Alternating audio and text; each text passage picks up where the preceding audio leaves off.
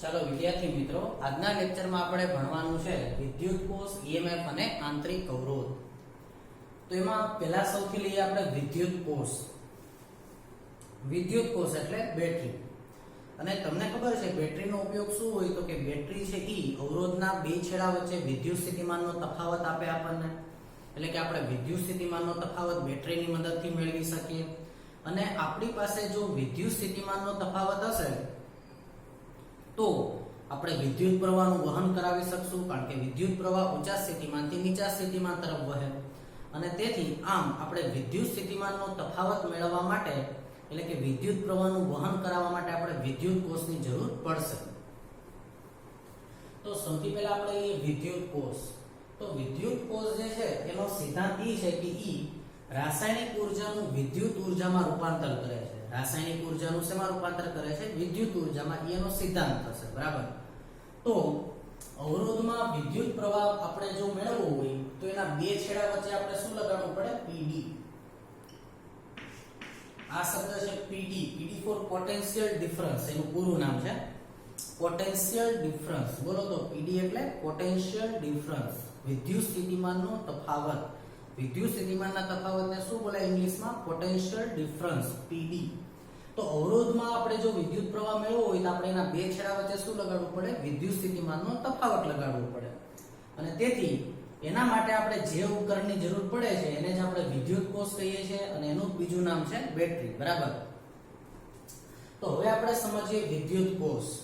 તો વિદ્યુત કોષની અંદર દ્રાવણ ભરવામાં આવે છે, અને આ જે દ્રાવણ ભરેલું છે એને ઇલેક્ટ્રોલાઇટ તરીકે ઓળખવામાં આવે. વિદ્યુત વિભાજ્ય દ્રાવણ. બોલો તો મારી યાર, શું કહેવાય એને? વિદ્યુત વિભાજ્ય દ્રાવણ, બરાબર. તો આ વિદ્યુત કોષની અંદર આપણે અહીંયા ભરી દીધું છે વિદ્યુત વિભાજ્ય દ્રાવણ. તમારે કેમિસ્ટ્રીની અંદર પણ ઘણા બધા વિદ્યુત કોષો ભણવાના આવે છે, જેમ કે ડેનિયલ સેલ, લેક્લાન્સે સેલ, લેડ સંગ્રાહક કોષ. તો એની અંદર તમે બહુ ડિટેલમાં આ બધા વિદ્યુત કોષો વિશે ભણશો. અત્યારે આપણે માત્ર આપણા ચેપ્ટરને લઈ અને બહુ ઉપરથી આ બધી ચર્ચાઓ અત્યારે આપણે આ કોષ વિશે કરવાના છે, પણ મેઇન એનો જે ઉપયોગ છે એના વિશે આપણે ડિટેલમાં ચર્ચા કરશું, બરાબર. તો આની અંદર ભરી દેવામાં આવે છે વિદ્યુત વિભાજ્ય દ્રાવણ.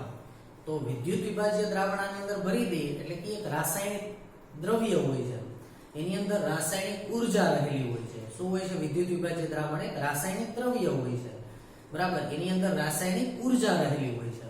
હવે જે રાસાયણિક ઉર્જા એની અંદર રહેલી હોય છે એના લીધે ઈ શું કરશે? તો કે વિદ્યુત વિભાજ્ય દ્રાવણ છે એની અંદર આપણે બે ઇલેક્ટ્રોડ રાખેલા હોય છે, અને જે બે ઇલેક્ટ્રોડ છે એને આપણે નામ આપી દઈએ P અને N, બરાબર. બે ઇલેક્ટ્રોડ અંદર રાખેલા હોય છે. હવે એની અંદર જે રાસાયણિક પ્રક્રિયા થાય છે, બરાબર, તો એ રાસાયણિક પ્રક્રિયાના કારણે એ શું કરે છે? એ કોષો, આ કોષ શું કરે છે? એ રાસાયણિક પ્રક્રિયા કરીને ધન વિદ્યુત ભારને અહીંયા જમા કરે છે અને ઋણ વિદ્યુત ભારને અહીંયા જમા કરે છે. એટલે કે જે ધન વિદ્યુત ભાર છે એ P ધ્રુવ ઉપર જમા થાય છે અને ઋણ વિદ્યુત ભાર છે એ N ધ્રુવ ઉપર જમા થાય છે, બરાબર.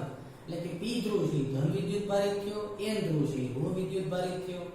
તો કેટલો ધન વિદ્યુત ભારિત અને કેટલો ઋણ વિદ્યુત ભારિત થાય?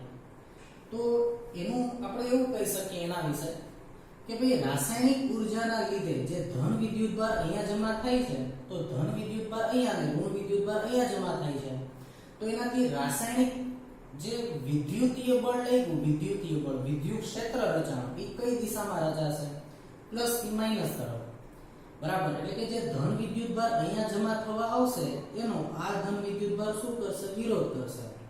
અને અહીંયા ઋણ વિદ્યુત ભાર જમા થવા જશે એનો ઋણ વિદ્યુત ભાર વિરોધ કરે છે.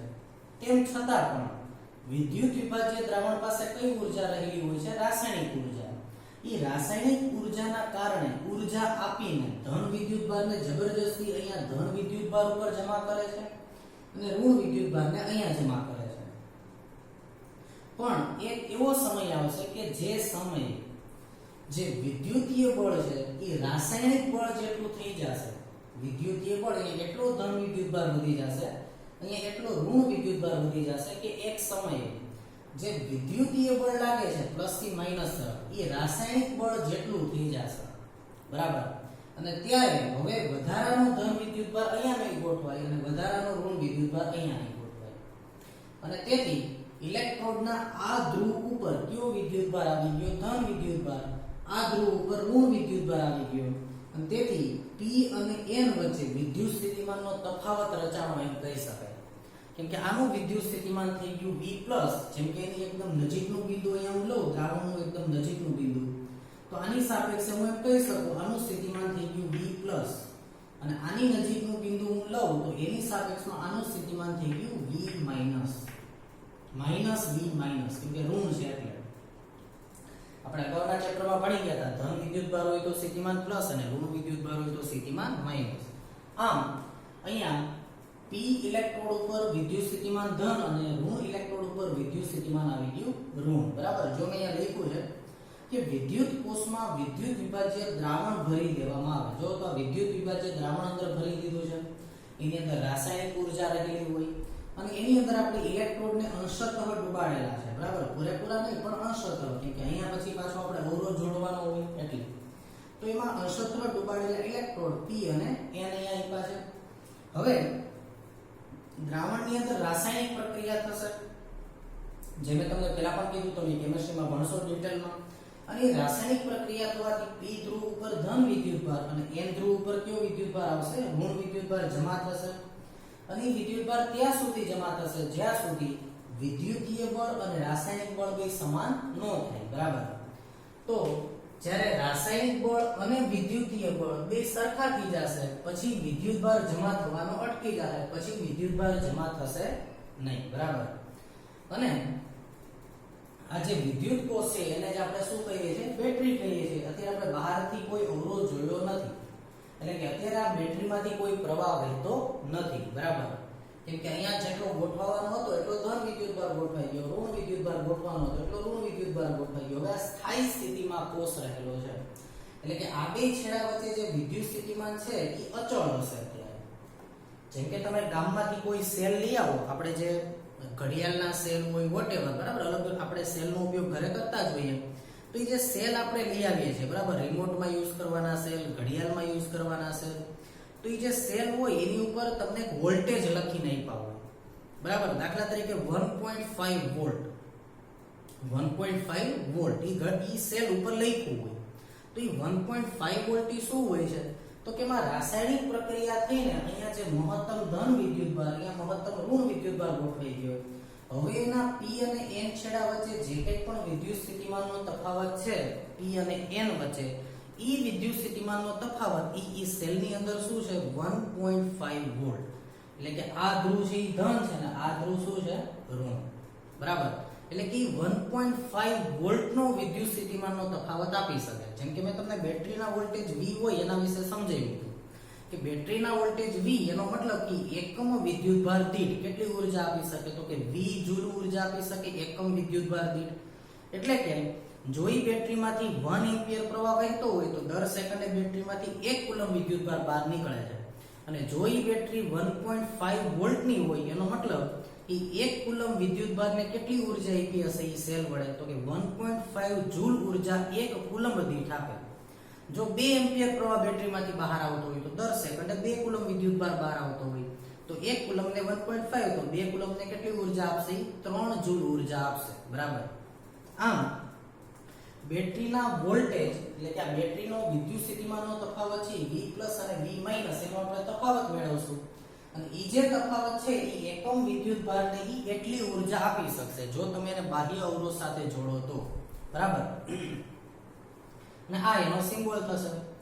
પણ અત્યારે આપણે એની યાર કોઈ અવરોધ જોડ્યો નથી, અને અવરોધ નથી જોડ્યો એટલે અત્યારે કોઈ પ્રવાહ વહેતો નથી. અને જ્યારે બેટરીમાંથી કોઈ પ્રવાહ ન વહેતો હોય ત્યારે ઈ બેટરીની જે સ્થિતિ છે એને કહેવાય ઓપન સર્કિટ કન્ડિશન. બોલો તો મારી યાર શું કહેવાય એને? Open circuit condition. જ્યારે બેટરીમાંથી વિદ્યુત કોષમાંથી કોઈ પ્રવાહ વહેતો ન હોય. એટલે કે તમે માર્કેટમાંથી જે 1.5 વોલ્ટનો સેલ લઈ આવ્યા ઈ અત્યારે સેલ તમે હાથમાં રાખ્યો છે, અત્યારે એમાંથી કોઈ પ્રવાહ તો તમે પાસ કર્યો નથી, એને નથી તમે રિમોટમાં ચડાવ્યો, નથી ઘડિયાળમાં ચડાવ્યો, કોઈ પ્રવાહ તો એમાંથી પસાર નથી થતો. તો એ જે પ્રવાહ નથી પસાર થતો ઈ સમયની એની જે સ્થિતિ છે એ વપરાશમાં નથી, અત્યારે સેલ વપરાશમાં નથી. જેવો ઈ સેલને તમે કોઈ બાહ્ય અવરોધ સાથે જોડી દો, બાહ્ય અવરોધ કોને કહેતા આપણે? કે વ્યવહારમાં કોઈ પણ એવું સાધન કે જે વિદ્યુત પ્રવાહનો ઉપયોગ કરે એને અવરોધ કહેવાય. બરાબર છે. એ મેં તમને સમજાવ્યું. જેમ કે ફેન છે તો એને અવરોધ કહેવાય, ટોર્ચ અવરોધ કહેવાય. જેમ કે ઘડિયાળની અંદર તમે સેલ નાખ્યા તો એ જે ઘડિયાળનું મશીન હોય એનો અવરોધ કહેવાય. તો જેમાં તમે ઈ વોલ્ટેજનો ઉપયોગ કરવાના હોય એને અવરોધ કહેવાય. બરાબર, જેનો ઉપયોગ કરતો હોય એ સાધન. તો અત્યારે તમે એની સાથે કોઈ અવરોધ જોડ્યો નથી એટલે તેમાંથી કોઈ પ્રવાહ વહેતો નથી. જો પ્રવાહ નથી વહેતો એટલે કે સેલ અત્યારે વપરાશમાં નથી, અત્યારે સેલ ડિસ્ચાર્જ થતો નથી. સેલ વપરાશમાં હોય તો સેલ શું થઈ રહ્યો છે? ડિસ્ચાર્જ થઈ રહ્યો છે, એની ઊર્જા ઘટી રહી છે. પણ અત્યારે વપરાશમાં નથી તો અત્યારે કઈ સ્થિતિમાં છે? ઓપન સર્કિટ કન્ડિશનમાં, પ્રવાહ વહેતો નથી. બરાબર, તો જો તો અહીંયા લખ્યું છે કે ભાઈ જ્યારે અહીંયા રાસાયણિક બળ બરાબર વિદ્યુત બળ થાય ત્યારે વિદ્યુત ભાર જમા થતો અટકી જાય છે. બરાબર, અને આ પરિસ્થિતિમાં તમે કોઈ અવરોધ નથી જોયો તો અત્યારે આ પરિસ્થિતિમાં અહીંયા સેલમાંથી, બેટરીમાંથી, વિદ્યુત કોષમાંથી કોઈ પ્રવાહ વહેતો નથી એટલે કે I બરાબર શું છે? 0. તો આ જે સ્થિતિ છે એને વિદ્યુત કોષની શું કહેવાય? Open circuit condition. જ્યારે I બરાબર 0 ઈ સ્થિતિને કહેવાય ઓપન સર્કિટ કન્ડિશન. બરાબર, તો એ જે ઓપન સર્કિટ કન્ડિશનમાં જે આપણો આ વિદ્યુત કોષ છે તો હવે હું આના બે છેડા વચ્ચે વિદ્યુત સ્થિતિમાનનો તફાવત માપી લઉં. કેટલો વિદ્યુત સ્થિતિમાનનો તફાવત છે? બરાબર, તો ઈ વિદ્યુત સ્થિતિમાનના તફાવત માટે P નું A ની સાપેક્ષમાં વિદ્યુત સ્થિતિમાન V+ અને N નું B ની સાપેક્ષમાં વિદ્યુત સ્થિતિમાન છે -V-. બરાબર, P નું સ્થિતિમાન છે V+ અને N નું સ્થિતિમાન છે -V-. જો તો અહીંયા P નું સ્થિતિમાન છે V+, N નું સ્થિતિમાન છે -V-. તો બોલો આ બે વચ્ચે વિદ્યુત સ્થિતિમાનનો તફાવત કેટલો થયો? તો P અને N ધ્રુવ વચ્ચે વિદ્યુત સ્થિતિમાનનો તફાવત ડેલ્ટા V બરાબર V+ એટલે તફાવત લ્યો છો ને એટલે માઈનસ કરવા પડશે. અને V- એ ઓલરેડી માઈનસમાં છે તો માઈનસ થઈ ગયા પ્લસ. તો આમ P અને N આ બંને ધ્રુવો વચ્ચે વિદ્યુત સ્થિતિમાનનો તફાવત છે V+ પ્લસ V-. આ વિદ્યુત સ્થિતિમાનનો તફાવત આવ્યો એના P અને N છેડા વચ્ચેનો, જેને આપણે બેટરીનું EMF કહેવામાં આવે છે. જેને શું કહેવાય? બેટરીનું EMF. EMF નું પૂરું નામ બોલો તો ઇલેક્ટ્રોમોટિવ ફોર્સ. શું કહેવાય આને? Electromotive force. જો મેં આની જે નામ લખી દીધું છે તમને, ઇલેક્ટ્રોમોટિવ ફોર્સ. ઇલેક્ટ્રોમોટિવ ફોર્સ એટલે કે વિદ્યુત ભારને મોટિવ કરવા એટલે ઊર્જા આપવી, વિદ્યુત ભારને ગતિ કરાવનાર, અને ફોર્સ એટલે બળ. બરાબર, પણ આને ઇલેક્ટ્રોમોટિવ ફોર્સ કહે છે પણ રિયલમાં બળ નથી. અહીંયા ખાસ ભૂલ પડવાના ચાન્સ રહેશે કેમ કે એને EMF છે ને એ તો બહુ પહેલા નામ અપાયેલું છે.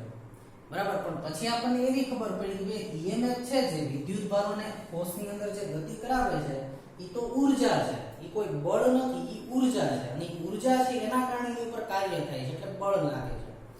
એટલે અહીંયા જે વિદ્યુત સ્થિતિમાનનો તફાવત છે એને તમે EMF કીધું, અને વિદ્યુત સ્થિતિમાનનો તફાવત છે એ બળ નો કહેવાય. તમને ખબર છે વિદ્યુત સ્થિતિમાનનો એકમ શું થાય? જૂલ પ્રતિ કુલમ. જેમ કે તમને યાદ હોય તો V બરાબર શું હતું આપણા અગાઉના ચેપ્ટરમાં? W/Q જૂલ પ્રતિ કુલમ. એકમ વિદ્યુત ભાર દીઠ મળતી ઊર્જા.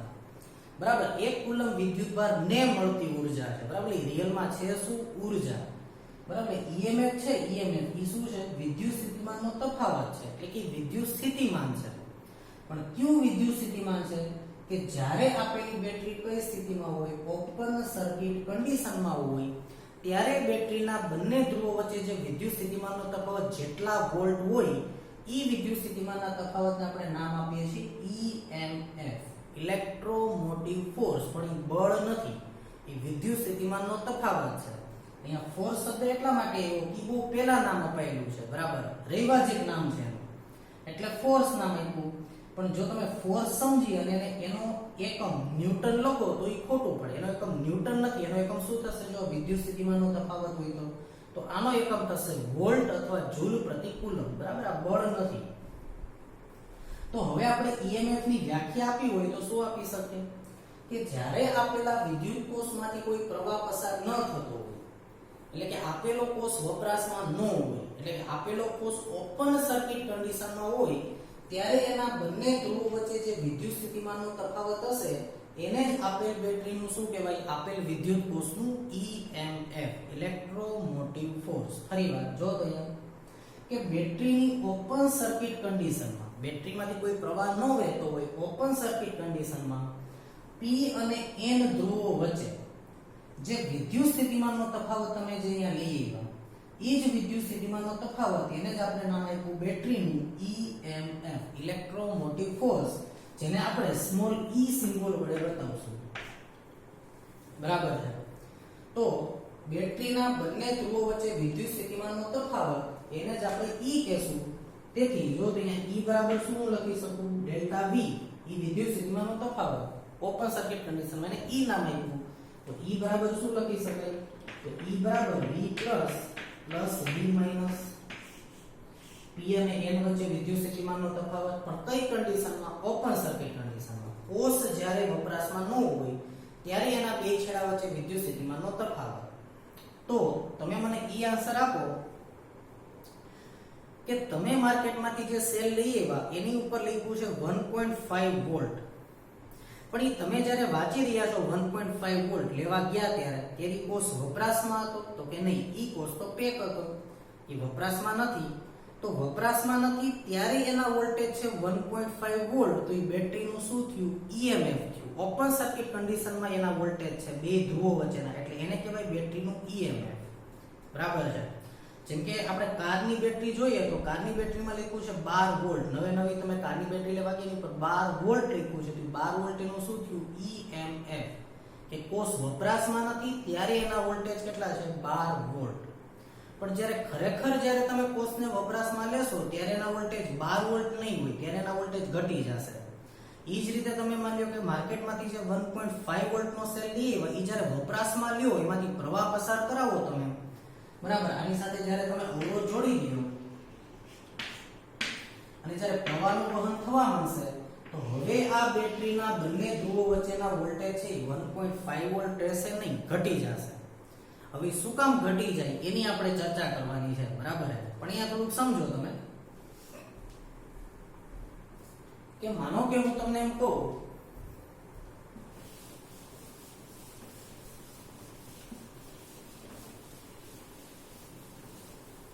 કે તમે એક સેલ અહીંયા એક આપણે કારની એક બેટરી અહીંયા જોડી દઈએ 12 વોલ્ટની, એટલે કે મેં 12 વોલ્ટની બેટરી જોડી દીધી છે. બરાબર. અને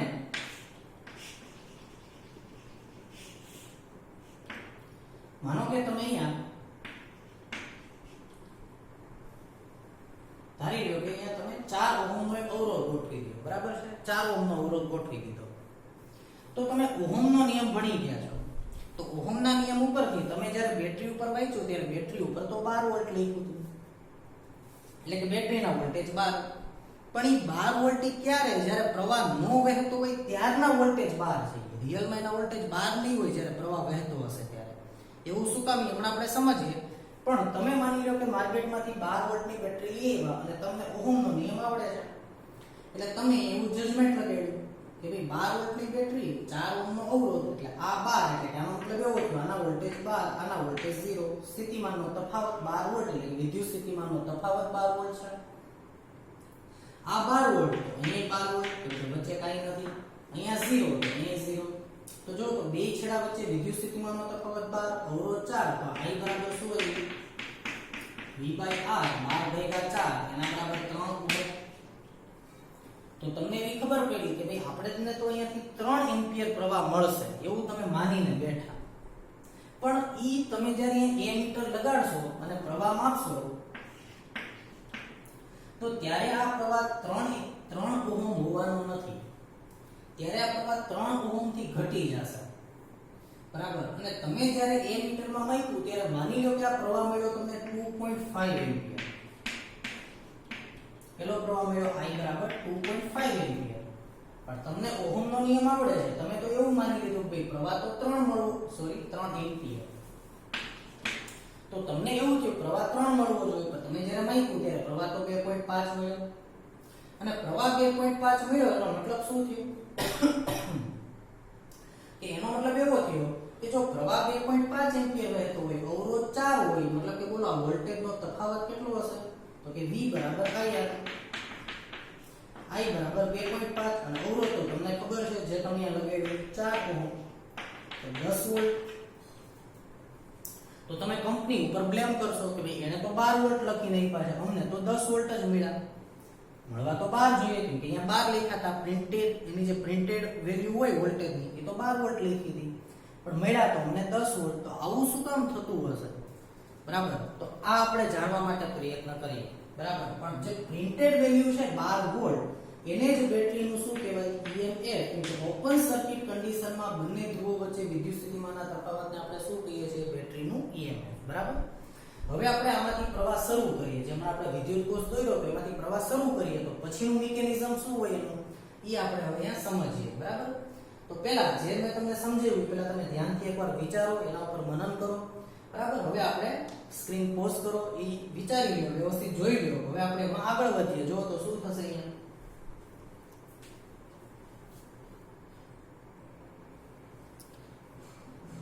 ચાલો જો અહીંયા હવે તમે જ્યારે આ જે બેટરી છે બરાબર વિદ્યુત કોષ છે એને બાહ્ય અવરોધ સાથે જોડી દો ત્યારે ઊંચા સ્થિતિમાનથી નીચા સ્થિતિમાન તરફ પ્રવાહ વહેવાનું શરૂ થઈ જશે આનું સ્થિતિમાન હતું V+ આનું સ્થિતિમાન હતું -V- એટલે કે બંને ધ્રુવો વચ્ચે વિદ્યુત સ્થિતિમાનનો તફાવત કેટલો હતો V+ V- તો એને તમે આમ પણ લખી શકો જો તો શું લખી શકો કેમ કે વિદ્યુત સ્થિતિમાનના મૂલ્યનું મહત્વ ન હોય શેનું મહત્વ એના ફેરફારનું તો મેં તમને એના વિશે શીખવાડ્યું હતું કઈ રીતે તો હું આને V+ અને આને -V- ની બદલે હું આને કહી દઉં V+ V- અને આને હું શું કહી દઉં 0 દાખલા તરીકે તો એનો મતલબ કે અહીંયા એકમ વિદ્યુતભારને કેટલી ઊર્જા મળે છે V+ V- જેટલી 1 કુલમ વિદ્યુતભાર દીઠ ઊર્જા મળી એને જ આપણે બેટરીનું શું કીધું EMF E કીધું તો અહીંયા 1 કુલમ વિદ્યુતભાર દીઠ ઊર્જા મળે છે E જેટલી એટલે કે આટલી અને E ઊર્જા લઈને વિદ્યુતભાર અવરોધમાંથી પસાર થયો પાછો અહીંયા દાખલ થયો પણ તમે થોડુંક અહીંયા વિચારો કે વિદ્યુત પ્રવાહ વહે ક્યારે તો કે વિદ્યુત પ્રવાહ એવી રીતે વહે કે જેમાં બંધ ગાળો રચાય જો બંધ ગાળો ન રચાતો હોય તો ક્યારે વિદ્યુત પ્રવાહ વહી શકે નહીં કેમ કે બેટરી ક્યારે વિદ્યુત ભાર નથી આપતી બેટરી શું કરે છે માત્ર વિદ્યુત ભારને ગતિમાન રાખવાનું કામ કરે છે વિદ્યુત ભારને ઊર્જા આપવાનું કામ કરે છે એટલે કે વિદ્યુત ભાર છે એ અહીંયાથી ઊર્જા લીધી જેમ કે ધન વિદ્યુત ભાર છે અને અહીંયાથી ગતિ શરૂ કરી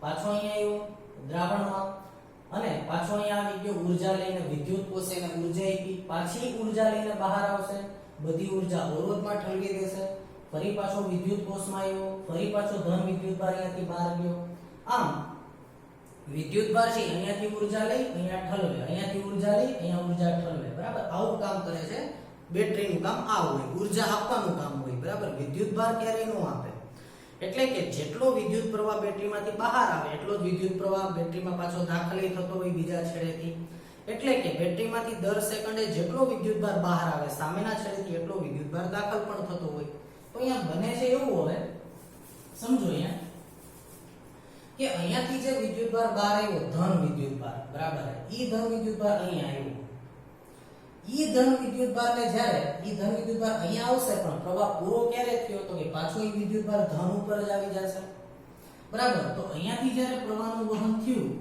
I એટલે કે પ્રવાહનું વહન હવે શરૂ થઈ ગયું તો ધન વિદ્યુત ભાર અહીંયાથી અહીંયા તો આવ્યો બરાબર પણ એને અહીંયા આવવું હતું તો એને શેમાંથી પસાર થવું પડશે કે તો મને તો ઈ ધન વિદ્યુત ભાર અહીંયાથી અહીંયા આવશે ત્યારે પાછો ધન વિદ્યુત ભાર જેટલો આપ્યો એટલો ધન વિદ્યુત ભાર પાછો આને મળી ગયો તો એટલે કે ઈ ધન વિદ્યુત ભાર ફરી પાછો અહીંયા આવશે ત્યારે એને બેટરીના જે આ દ્રવ્ય છે રાસાયણિક દ્રવ્ય એમાંથી એને પસાર થવું પડ્યું જ્યારે પ્રવાહ વહેવાનો શરૂ થયો ત્યારે તો જેવો પ્રવાહ વહેવાનો શરૂ થયો એટલે આ ધન વિદ્યુત ભારને અહીંયાથી વિદ્યુત કોષની અંદરથી અહીંયાથી અહીંયા આવવું પડ્યું બરાબર અને અહીંયાથી પાછી આ જ પ્લેટ ઉપર ફરીને ફરી પાછું p ધ્રુવ ઉપર ધન વિદ્યુત ભારને આવવું હોય તો એને શેમાંથી પસાર થવું પડ્યું વિદ્યુત વિભાજ્ય દ્રાવણમાંથી ફરીવાર જેવો પ્રવાહ વહેવાનો શરૂ થયો આ રીતે તો ઈ વિદ્યુત ભાર ઈ પાછો અહીંયા આવતો રહેશે તો પાછો અહીંયા આવે ત્યારે એને શેમાંથી પસાર થવું પડશે વિદ્યુત વિભાજ્ય દ્રાવણમાંથી અને ઈ વિદ્યુતભાર જ્યારે વિદ્યુત વિભાજ્ય દ્રાવણમાંથી પસાર થાય છે તો વિદ્યુત વિભાજ્ય દ્રાવણને પણ પોતાનો અવરોધ છે, બરાબર. વિદ્યુત વિભાજ્ય દ્રાવણને પણ પોતાનો અવરોધ હોય અને એમાંથી જ્યારે વિદ્યુતભાર પસાર થાય ત્યારે એની અમુક ઊર્જા છે એ અહીંયા ખર્ચ થઈ જશે. એટલે જેવો વિદ્યુતભાર અહીંયાથી ગતિ શરૂ કરીને અહીંયા આવશે તો એને રાસાયણિક પ્રક્રિયા થશે દ્રાવણની અંદર, ઈ એને ઊર્જા આપશે. પણ એને ઊર્જા તો આપી, એની અંદર વિદ્યુત ઊર્જા તો ભરી. કોણે ભરી? રાસાયણિક ઊર્જા. એને ઊર્જા આપી. કોને ઊર્જા આપી? વિદ્યુતભારને. પણ ઈ વિદ્યુતભાર જ્યારે અહીંયા આવશે દ્રાવણમાંથી, બરાબર, ત્યારે એને રાસાયણિક દ્રવ્યમાંથી પસાર થવું પડશે અને રાસાયણિક દ્રવ્યને પોતાનો અવરોધ છે તો થોડીક ઊર્જા તો અંદર જ ખર્ચ થઈ ગઈ. તો વિદ્યુતભાર જ્યારે રાસાયણિક દ્રવ્યમાં ઊર્જા લેવા ગયો, એની ઊર્જા ભરવા ગયો, ત્યારે એ ઊર્જા તો ભરે છે પણ સાથે સાથે રાસાયણિક દ્રવ્યમાંથી પણ ગતિ કરે છે. તો એને ઊર્જા કેટલી મળી? તો કે બંને ધ્રુવો વચ્ચે વિદ્યુત સ્થિતિમાનનો તફાવત એટલે કે ઈ ઊર્જા હતી, એટલે કે એના બે ધ્રુવો વચ્ચે વિદ્યુત સ્થિતિમાનનો તફાવત એટલે કે એકમ વિદ્યુતભાર દીઠ ઊર્જા ઈ. એટલે કે આ જે વિદ્યુત કોષ છે એકમ વિદ્યુતભાર દીઠ કેટલી ઊર્જા આપે છે? ઈ જેટલી ઊર્જા આપે છે રાસાયણિક ઊર્જાના કારણે. તો આમ આ વિદ્યુત કોષ એક કુલંબ વિદ્યુતભાર દીઠ ઊર્જા કેટલી આપી? ઈ જેટલી. એટલે કે V+ + V- આટલી ઊર્જા એક કુલંબ વિદ્યુતભારને મળી બેટરી વડે. એની પાસે રાસાયણિક ઊર્જા છે એટલે આટલી ઊર્જા તો મળી દ્રાવણ વડે. જ્યારે ધન વિદ્યુતભાર દ્રાવણમાં આવે છે ત્યારે એને એટલી ઊર્જા તો મળી, પણ સાથે સાથે એને આવું તો અહીંયા છે ઊર્જા ભરીને, તો ઈ જ્યારે પાછું અહીંયા આવશે અહીંયાથી અહીંયા આવવા માટે ત્યારે એને રાસાયણિક દ્રવ્યમાંથી પસાર થવું પડ્યું. એટલે કે અહીંયા પોતે રાસાયણિક દ્રવ્યને પોતાનો અવરોધ છે તો કેટલી ઊર્જા મળી હતી એને? ઈ જેટલી. હવે અવરોધમાંથી પસાર થાય છે સાથે સાથે તો પોતાની થોડીક ઊર્જા અહીંયા ખર્ચ થઈ જાય છે બેટરીની અંદર ને અંદર, અને થોડીક ઊર્જા ખર્ચ થઈ જાય છે અને બાકી જે ઊર્જા મળી ઈ ઊર્જા કોને મળી? હવે અવરોધને. ફરી પાછો વિદ્યુતભાર અહીંયા આવે છે ધન વિદ્યુતભાર, ફરી પાછો દ્રાવણમાં થઈ ઊર્જા ભરતો અહીંયા પહોંચ્યો, પણ એને આંતરિક અવરોધનો સામનો કરવો પડ્યો, બેટરીની અંદર રહેલા અવરોધનો સામનો કરવો પડ્યો, થોડીક ઊર્જા ગુમાવી દીધી. તો ઈ ઊર્જા હતી, આંતરિક અવરોધમાં ઊર્જા ખર્ચાઈ ગઈ એની, અને અહીંયા આવશે ત્યારે બેટરી એને ભલે ઈ ઊર્જા આપી પણ થોડીક ઊર્જા તો રસ્તામાં ખર્ચાઈ ગઈ અને બાકીની ઊર્જા છે ઈ બાહ્ય અવરોધને મળશે, બરાબર. તો આને કહેવામાં આવે બેટરીનો આંતરિક અવરોધ. અને આંતરિક અવરોધ છે એને આ રીતે બતાવવામાં આવે. જો તો એને આ બાજુ બતાવો કે આ બાજુ બતાવો કોઈ ફેર ન પડે. તો અહીંયા હું બેટરીના આંતરિક અવરોધને R વડે બતાવી દઉં, કેમ કે આંતરિક અવરોધને આપણે અંદર તો બતાવી નથી શકતા માટે બહાર બતાવવામાં આવે. પણ આને સમજવાનું ક્યાં? તો કે આ છે અંદરનો અવરોધ, બેટરીની અંદરનો અવરોધ, બરાબર. તો હવે અહીંયા તમે થોડુંક સમજો. અહીંયા પહેલા આપણે થોડુંક લખ્યું અહીંયા સમજીએ. જો કે જ્યારે બેટરીના બંને ઇલેક્ટ્રોડ વચ્ચે અવરોધ જોડવામાં આવે ત્યારે બેટરીના બહારના ભાગમાં વિદ્યુત પ્રવાહ કઈ દિશામાં વહે? અત્યારે વિદ્યુત કોષ વપરાશમાં છે એમ કહેવાય, બરાબર. અત્યારે વિદ્યુત કોષનું શું થઈ રહ્યું છે? ડિસ્ચાર્જિંગ થાય છે. વિદ્યુત કોષ ડિસ્ચાર્જ થાય છે, એની ઊર્જા ઘટે છે, એ વિદ્યુત કોષ વપરાશમાં છે અને મહિનો, 2 મહિના, 3 મહિના, 6 મહિના પછી એની ઊર્જા ખાલી થઈ જશે. તો આમ અત્યારે આ વિદ્યુત કોષ વપરાશમાં છે એટલે કે એનું ડિસ્ચાર્જિંગ થાય છે વિદ્યુત કોષનું. તો જો વિદ્યુત કોષનું અત્યારે ડિસ્ચાર્જિંગ થતું હોય, વિદ્યુત કોષ વપરાશમાં હોય, બરાબર, એટલે કે એમાંથી પ્રવાહ વહેતો હોય, ત્યારે જો તો બહારના ભાગમાં કઈ દિશામાં પ્રવાહ વહે છે? તો કે આ P હતા અને આ શું હતા? N. તો બેટરીના બહારના ભાગમાં P થી N એટલે કે આ રીતે બેટરીનો બહારનો ભાગ, આને આપણે P નામ આપ્યું હતું, આને શું નામ આપ્યું હતું? N. તો બેટરીના બહારના ભાગમાં કઈ દિશામાં પ્રવાહ વહે છે? તો કે ધન ધ્રુવમાંથી બહાર આવે છે અને ઋણ ધ્રુવમાં પ્રવેશે છે, એટલે કે P થી N તરફ, P થી N તરફ. પણ બેટરીના અંદરના ભાગમાં, તો બેટરીના અંદરના ભાગમાં છે એ ધન વિદ્યુતભાર કઈ દિશામાં વહે છે? N થી P. તો જો તો જ્યારે અવરોધ જોડવામાં આવે ત્યારે બેટરીના બહારના ભાગમાં કઈ દિશામાં વિદ્યુત પ્રવાહ વહે? P થી N. અને અંદરના ભાગમાં N થી P, કેમ કે બંધ ગાળો રચે વિદ્યુત પ્રવાહ, તો અહીંયાથી નીકળીને ફરી પાછો અહીંયા આવશે, આ રીતે હેલે રાખશે. તો બહારના ભાગમાં P થી N અને અંદરના ભાગમાં N થી P તરફ પ્રવાહ વહે. આ તમારે યાદ રાખવાનું છે, MCQ છે કે જ્યારે કોષ વપરાશમાં હોય એટલે કે કોષ ડિસ્ચાર્જ થઈ રહ્યો હોય ત્યારે બહારના ભાગમાં પ્રવાહ વહે P થી N અને અંદરના ભાગમાં પ્રવાહ વહે N થી P. એટલે કે પ્રવાહ વહેવાનું શરૂ થઈ ગયું, પ્રવાહ વહેવાનું શરૂ થઈ ગયું વિદ્યુત કોષમાંથી, તો આ સ્થિતિને કહેવાય closed circuit condition, CCC, closed circuit condition. યાદ કરો તો પ્રવાહ નો વહેતો હોય તો ઓપન સર્કિટ કન્ડિશન, અને પ્રવાહ વહેતો હોય તો એને કઈ સ્થિતિ કહેવાય? Closed circuit condition. બોલો તમારી યાર શું કહેવાય ને? Closed circuit condition. Close circuit condition એટલે કે જ્યારે પરિપથમાંથી પ્રવાહ વહેતો હોય, બેટરીમાંથી પ્રવાહ વહેતો હોય તો એને બેટરીની કઈ સ્થિતિ કહેવાય? Close circuit condition. ને બેટરીમાંથી પ્રવાહ ન વહેતો હોય તો એને ઓપન સર્કિટ કન્ડિશન કહેવામાં આવે. ઓકે, તો પ્રવાહ વહેવાનું શરૂ થઈ ગયું. તો આ સ્થિતિમાં ધન વિદ્યુતભાર n થી p તરફ, કેમ કે બંધ ગાળો તો બનાવશે, વિદ્યુત પ્રવાહ તો આ રીતે વહે છે, અહીંયાથી અહીંયા ગયો, અહીંયાથી અહીંયા. તો આ સ્થિતિમાં જ્યારે ધન વિદ્યુતભાર n થી p તરફ બેટરીમાં ગતિ કરે, બેટરીની અંદર જ્યારે ગતિ કરે છે, ત્યારે વિદ્યુત વિભાજ્ય દ્રાવણમાંથી એને પસાર થવું પડ્યું, જે એની ગતિમાં જેથી એની ગતિ અવરોધાય છે. કેમ કે દ્રાવણમાંથી પસાર થવું પડ્યું એટલે એની ગતિ અવરોધાણી. અને ઈ જે અવરોધ છે એને જ કહેવાય બેટરીનો આંતરિક અવરોધ, જેને આપણે સ્મોલ r વડે બતાવશું. બરાબર, બેટરીનો આંતરિક અવરોધ કહે છે સ્મોલ r, બેટરીનો આંતરિક અવરોધ સ્મોલ r કહે છે. બરાબર. અને તેથી જ્યારે આ બે ધ્રુવો વચ્ચે ઓપન સર્કિટ કન્ડિશનમાં વિદ્યુત સ્થિતિમાનનો તફાવત હતો V+ + V-, એ ઊર્જા કોણે આપી હતી? તો કે બેટરી વડે ઊર્જા મળી હતી. કેટલો વિદ્યુત સ્થિતિમાનનો તફાવત? E જેટલો. એટલે કે આ બેટરી પાસે કેટલી ઊર્જા છે, એટલી રાસાયણિક ઊર્જા છે કે એકમ વિદ્યુતભારને E જેટલી ઊર્જા આપી શકે છે. બરાબર, હા આપી શકે છે E જેટલી ઊર્જા. પણ જ્યારે વિદ્યુત પ્રવાહ વહેવાનું શરૂ થાય તો એ વિદ્યુતભાર જ્યારે રાસાયણિક દ્રવ્યની અંદર ઊર્જા મેળવે છે તો ઈ ઊર્જા એના દ્રાવણમાંથી પસાર થતી વખતે થોડીક ઊર્જા અંદરને અંદર ખર્ચી નાખે છે, અને અંદરને અંદર ખર્ચાઈ જશે થોડીક ઊર્જા.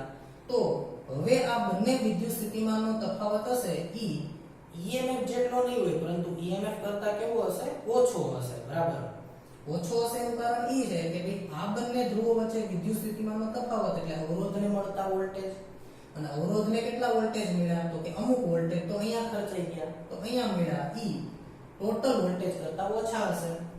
તો જો તો અહીંયા તો ક્લોઝડ સર્કિટ કન્ડિશનમાં P અને N વચ્ચે વિદ્યુત સ્થિતિમાનનો તફાવત હવે કેટલો હશે?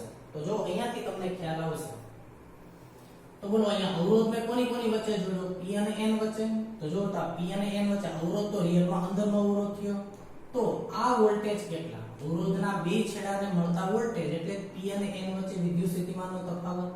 તો P અને N વચ્ચે વિદ્યુત સ્થિતિમાનનો તફાવત કેટલો હશે? વિચારો તો કેટલો વિદ્યુત સ્થિતિમાનનો તફાવત હશે? તો આપણે અહીંયાથી મુસાફરી જો શરૂ કરીએ N ધ્રુવથી, બરાબર, આપણે જે અગાઉ મેં તમને વિદ્યુત સ્થિતિમાનના તફાવતની ગણતરી કરતા શીખવાડ્યું એ પ્રમાણે જો તમે અહીંયાથી મુસાફરી કરવાનું શરૂ કરો તો અહીંયા કેટલી ઊર્જા છે? E જેટલી માઈનસ IR જેટલી ઊર્જા ખર્ચાઈ ગઈ અહીંયા, કેમ કે અવરોધમાંથી તમે પસાર થાવ છો, તો માઈનસ IR. અને હવે જે કઈ ઊર્જા મળી ઈ આને ઊર્જા મળી, અને આને જે વોલ્ટેજ મળ્યા ઈ જ વોલ્ટેજ, ઈ જ P અને N વચ્ચે વિદ્યુત સ્થિતિમાનનો તફાવત. અને તેથી P અને N વચ્ચે વિદ્યુત સ્થિતિમાનનો તફાવત V, એટલે કે આને મળતી ઊર્જા V બરાબર કેટલી હશે? તો કે કોસ વડે કેટલી ઊર્જા મળી? તો કે કોસ થી E જેટલી ઊર્જા આપે છે, રાસાયણિક ઊર્જા E જેટલી મળી બેટરી વડે. એમાંથી માઈનસ IR એટલે કે કોસમાંથી જ્યારે વિદ્યુત પ્રવાહ વહે છે ત્યારે ઈ કેટલી ઊર્જા ખર્ચી નાખે છે? કેટલા વોલ્ટેજ આ અવરોધને મળે? તો V બરાબર IR. એટલે કે અહીંયા ઊર્જા ખર્ચાઈ ગઈ, પ્રવાહ I વહે છે, આ અંદરનો અવરોધ છે, પ્રવાહ I ના કારણે આને મળ્યા વોલ્ટેજ IR, અને આને કેટલા વોલ્ટેજ મળ્યા? તો કે પ્રવાહ તો I જ વહે છે, તો આને વોલ્ટેજ મળ્યા IR. બરાબર. આમ બેટરીના બંને ધ્રુવો વચ્ચે વિદ્યુત સ્થિતિમાનનો તફાવત E હતો. બરાબર, એટલે કે બેટરીએ ઊર્જા E આપી પણ અંદરની અંદર આટલી ઊર્જા ખર્ચાઈ ગઈ અને બાકીની ઊર્જા આને મળી. તેથી આને મળતી ઊર્જા કેટલી? તો કે આને મળતી ઊર્જા એટલે બેટરી વડે વિદ્યુતભારને અપાતી ઊર્જા ઓછા આંતરિક અવરોધમાં ખર્ચાતી ઊર્જા. એટલે કે આમાંથી આંતરિક અવરોધમાં કેટલી ઊર્જા ખર્ચાઈ ગઈ બાદ કરી નાખો, વૈધી એટલી ઊર્જા આને મળી. અને આને જે ઊર્જા મળી, આને જે વોલ્ટેજ મળ્યા ઈ જ વોલ્ટેજ, ઈ જ કયા વોલ્ટેજ થયા? જો તો અહીંયા આ અવરોધને મળતા વોલ્ટેજ એ P અને N વચ્ચેના વોલ્ટેજ, કેમ કે આને જ P કહેવાય અને અહીંયા કઈ નથી એટલે આને N કહેવાય. તેથી હવે ક્લોઝડ સર્કિટ કન્ડિશનમાં P અને N વચ્ચેના વોલ્ટેજ એટલે કે અવરોધના બે છેડા વચ્ચેના વોલ્ટેજ કેટલા થઈ ગયા જો તો V બરાબર તો વિદ્યુત કોષ વડે અપાતા વોલ્ટેજ E છે એમાં અંદરની અંદર કેટલા વોલ્ટેજ ખર્ચાઈ ગયા IR જેટલા એટલે E IR વૈધા એટલા કોને મળ્યા તો કે બહારના અવરોધને મળ્યા તેથી V બરાબર E IR અને E જે વોલ્ટેજ છે ક્લોઝડ સર્કિટ કન્ડિશનની અંદર જેવો પ્રવાહ વહેવાનો શરૂ થયો એટલે હવે P અને N વચ્ચેના વોલ્ટેજ E ન રહેતા હવે કેટલા વોલ્ટેજ થઈ ગયા V વોલ્ટેજ થઈ ગયા આ જે વોલ્ટેજ મળ્યા એને કહેવાય બેટરીના ટર્મિનલ વોલ્ટેજ શું કહેવાય બેટરીના ટર્મિનલ વોલ્ટેજ બરાબર તો ઓપન સર્કિટ કન્ડિશનમાં P અને N વચ્ચે વિદ્યુત સ્થિતિમાનનો તફાવત કેટલો હતો E હતો પણ જેવો તમે પ્રવાહ વહેવાનો શરૂ થયો એટલે અંદર ને અંદર ઊર્જા ખર્ચાવાની શરૂ થઈ બેટરી થોડીક વારમાં ગરમ થઈ જશે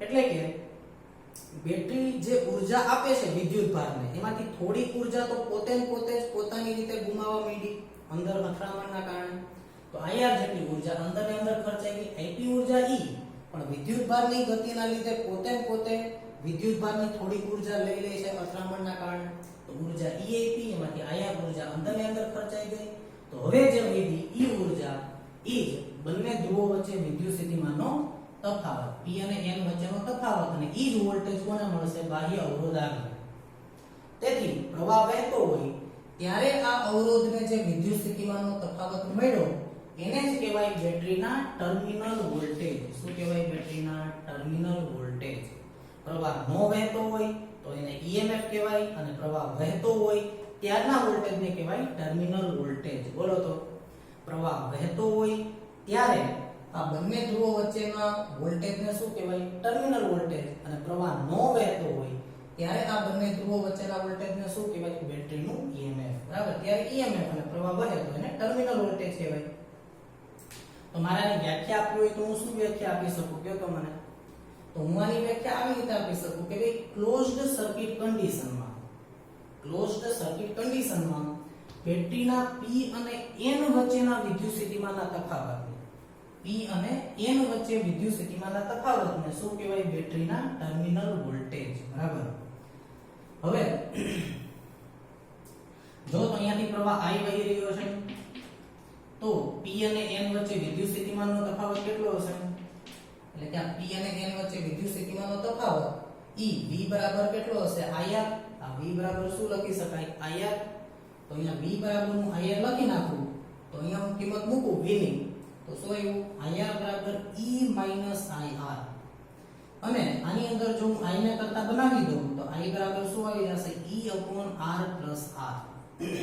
I બરાબર E/R બરાબર અને E જે તમને પ્રવાહનું સૂત્ર મળ્યું આને કહેવાય ડિસ્ચાર્જિંગ કરંટનું સૂત્ર અથવા તો એને એમ કહેવાય કે જ્યારે કોષ વપરાશમાં હોય ત્યારે આપેલ કોષમાંથી આપેલ બેટરીમાંથી વહેતો પ્રવાહ કેટલો તો I બરાબર E/R અને ડિસ્ચાર્જિંગ પ્રવાહ પણ કહેવાય કેમ કે બેટરી અત્યારે ડિસ્ચાર્જ થઈ રહી છે અથવા તો પરિપથમાંથી વહેતો પ્રવાહ જ્યારે કોષ વપરાશમાં હોય ત્યારે એનું સૂત્ર છે I બરાબર E/R બરાબર તો આ તમને પ્રવાહનું સૂત્ર મળી ગયું હવે અહીંયા તમે થોડુંક સમજો સૂત્ર ઉપરથી V બરાબર E IR ઉપરથી V બરાબર E IR બરાબર આ સૂત્ર છે આપણું પ્રવાહ નથી વહેતો માનો કે તો I બરાબર 0 તો જો તો પ્રવાહ 0 જો પ્રવાહ 0 તો V બરાબર E ઓપન સર્કિટ કન્ડિશનમાં I 0 તો V બરાબર E એટલે કે બેટરીના બંને છેડા વચ્ચેના વોલ્ટેજ કેટલા થઈ ગયા P અને N વચ્ચેના વોલ્ટેજ E જેટલા અને ક્લોઝડ સર્કિટ કન્ડિશન હોય પ્રવાહ વહેતો હોય I is not equal to 0 તો હવે P અને N વચ્ચેના વોલ્ટેજ કેટલા થઈ ગયા V બરાબર E IR બરાબર અને IR એટલા માટે આવ્યા કે પ્રવાહ વહેવાનું શરૂ થયું તો અંદર જે વિદ્યુતભાર ગતિ કરીને જે પાછો બહાર આવવા માટે ઊર્જા ભરવા માટે બેટરીની અંદર જાય છે એ બેટરીમાંથી ઊર્જા તો લે છે E જેટલી એકમ વિદ્યુતભારની પણ અંદરના રાસાયણિક દ્રવ્યમાં પોતાની ઊર્જા ગુમાવી થોડીક ઊર્જા ગુમાવી દે છે અને પછી બહાર આવે છે એટલે E જેટલી ઊર્જા લીધી પણ IR જેટલી ઊર્જા અંદરને અંદર ખર્ચી દીધી તો એને કેટલી ઊર્જા મળી V જેટલી ઊર્જા મળી અને V વોલ્ટેજ એ જ કોને મળશે આ અવરોધને મળશે આનું હું તમને એક એક્ઝામ્પલ આપું જો તો આનું એક્ઝામ્પલ આપણે એવી રીતે આપી શકીએ કે ભાઈ માની લો કે હું તમને ક્વેશ્ચન ભણાવ્યો અને ઈ ક્વેશ્ચન જે છે ઈ મેં તમને એમ કહું કે ભાઈ હવે જે મેં તમને પ્રશ્ન ભણાવ્યો બરાબર આખે આખું એનું મેં લખાયું તમને, હવે એમ કહું તમે લખી નાખો એમ. તો મેં જે તમને 100% ભણાવ્યું એમાંથી તમે 90% જ લખી ગયા, તો 10% તમે ભૂલી ગયા, તો એ 10% એ શું થયું, ખર્ચાઈ ગયું. આઉટપુટ 90% જ મળ્યું, આપ્યું હતું 100%. તો એમ બેટરી આપે છે કેટલું, તો કે બેટરી એકમ વિદ્યુતભાર દીઠ ઈ ઉર્જા આપે છે, પણ અંદર ને અંદર કેટલી ઉર્જા ખર્ચાઈ જાય છે, અંદર ને અંદર IR જેટલા વોલ્ટેજ ખર્ચાઈ ગયા. તો IR જેટલા વોલ્ટેજ ખર્ચાઈ ગયા તો બહારના અવરોધને કેટલા વોલ્ટેજ મળશે, V જેટલા, અથવા તો જે વોલ્ટેજ મળે એને આપણે શું નામ આપ્યું, V. બરાબર. તો આવી રીતે તમે બેટરીને એનો આંતરિક અવરોધ શું કહેવાય, શા માટે ઓપન સર્કિટ કન્ડિશનમાં વોલ્ટેજ અલગ હોય, ક્લોઝ સર્કિટ કન્ડિશનમાં વોલ્ટેજ અલગ હોય, એના વિશે તમે માહિતી મેળવી. બરાબર. તો આ રીતની આખી અહીંયા આપણે સમજૂતી આપી શકીએ. હવે જો તમને કારનું જે એક્ઝામ્પલ આપ્યું હતું એ એક્ઝામ્પલ આપણે પાછું અહીંયા લઈએ તો હવે તમને ખ્યાલ આવશે એવું શું કામ થયું હતું. જો અહીંયા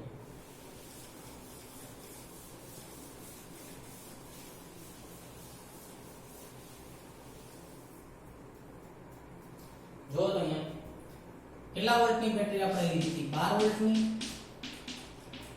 અને 4 ઓહમનો અવરોધ હતો. અહીંયા બેટરી ઉપર પ્રિન્ટેડ વેલ્યુ લખી હતી 12 વોલ્ટ. બરાબર. તો પ્રવાહ 3 એમ્પિયર પસાર થવો જોઈએ, પણ પ્રવાહ કેટલો થયો, તો કે 2.5 એમ્પિયર પ્રવાહ પસાર થયો. અને જો પ્રવાહ 2.5 એમ્પિયર પસાર થયો મતલબ કે આને કેટલા વોલ્ટેજ મળ્યા, V બરાબર ઓહમના નિયમ ઉપરથી બોલો તો 10 વોલ્ટ. બરાબર. તો ભલે અહીંયા 12 વોલ્ટ લખ્યા હતા બેટરી ઉપર, એ 12 વોલ્ટ હતા એ બેટરીનું EMF હતું, પણ ખરેખર જ્યારે બેટરીમાંથી પ્રવાહ વહેવાનો શરૂ થશે ત્યારે તમને EMF ન મળે આ અવરોધને, ત્યારે અવરોધને શું મળે, ટર્મિનલ વોલ્ટેજ મળે. અને એના ટર્મિનલ વોલ્ટેજ કેટલા મળ્યા બેટરીના, 10 વોલ્ટ. તો 2 વોલ્ટ ક્યાં ગયા, તો 2 વોલ્ટ જે છે ઈ આની અંદર ખર્ચાઈ ગયા. એટલે કે આને કેટલા વોલ્ટ મળ્યા, 2 વોલ્ટ મળ્યા હશે, આપણે સમજી શકીએ. પ્રવાહ કેટલો વહે છે, તો કે 2.5 એમ્પિયર. તો બોલો અવરોધ કેટલો હશે, R બરાબર, તો R બરાબર V/I. કેટલા વોલ્ટ મળ્યા, અને જો તો 2 વોલ્ટ. પ્રવાહ કેટલો છે, 2.5 એમ્પિયર. તો આમ આ જે છે એનો આંતરિક અવરોધ થશે. કોનો આંતરિક અવરોધ થશે, બેટરીનો અંદરનો અવરોધ થશે, જે લગભગ 1 ઓહમ કરતા નાનો થયો અહીંયા. અથવા તો આ રીતે તમે ગણી શકો. જો તો I બરાબર શું છે, E/R+R. તેથી R+R એના બરાબર શું આવ્યું, E/I. અહીંયા R ને ઓલી બાજુ લઈ જાવ તો -R. બોલો E એટલે 12 EMF. પ્રવાહ કેટલો, 2.5 ઓછા R, તો ઓછા R એટલે અહીંયા કેટલા આવ્યા, 4. અને આ રીતે સાદું કાપો કે આ રીતે સાદું કાપો, અને 2 વોલ્ટ મળ્યા અને પ્રવાહ 2.5 વહી રહ્યો છે, તો અવરોધ કેટલો, એ પણ તમને તો બે રીતે સરખા જવાબ મળશે. તો આ રીતને આપણે સમજી શકીએ કે ભાઈ શા માટે પ્રિન્ટેડ વેલ્યુ પણ અલગ હોય, અને તમને ખરેખર જે બાહ્ય અવરોધ જોડો એને જે વોલ્ટેજ મળશે એની કરતા ઓછા શું કામ હોય. બરાબર. તો અહીંયા તમને એ ખબર પડી કે જ્યારે બેટરીનું ડિસ્ચાર્જિંગ થતું હોય, જ્યારે બેટરીનું ડિસ્ચાર્જિંગ થતું હોય, કોષ વપરાશમાં હોય, ત્યારે એના EMF કરતા ટર્મિનલ વોલ્ટેજ કેવા હોય છે, ઓછા હોય છે. બરાબર. બેટરીના EMF કરતા એના ટર્મિનલ વોલ્ટેજ કેવા હોય છે, ઓછા હોય છે. તો અહીંયા આપણે લખીએ એવું કે જ્યારે વિદ્યુત કોષ ડિસ્ચાર્જિંગ પ્રક્રિયા દરમિયાન, જ્યારે વિદ્યુત કોષ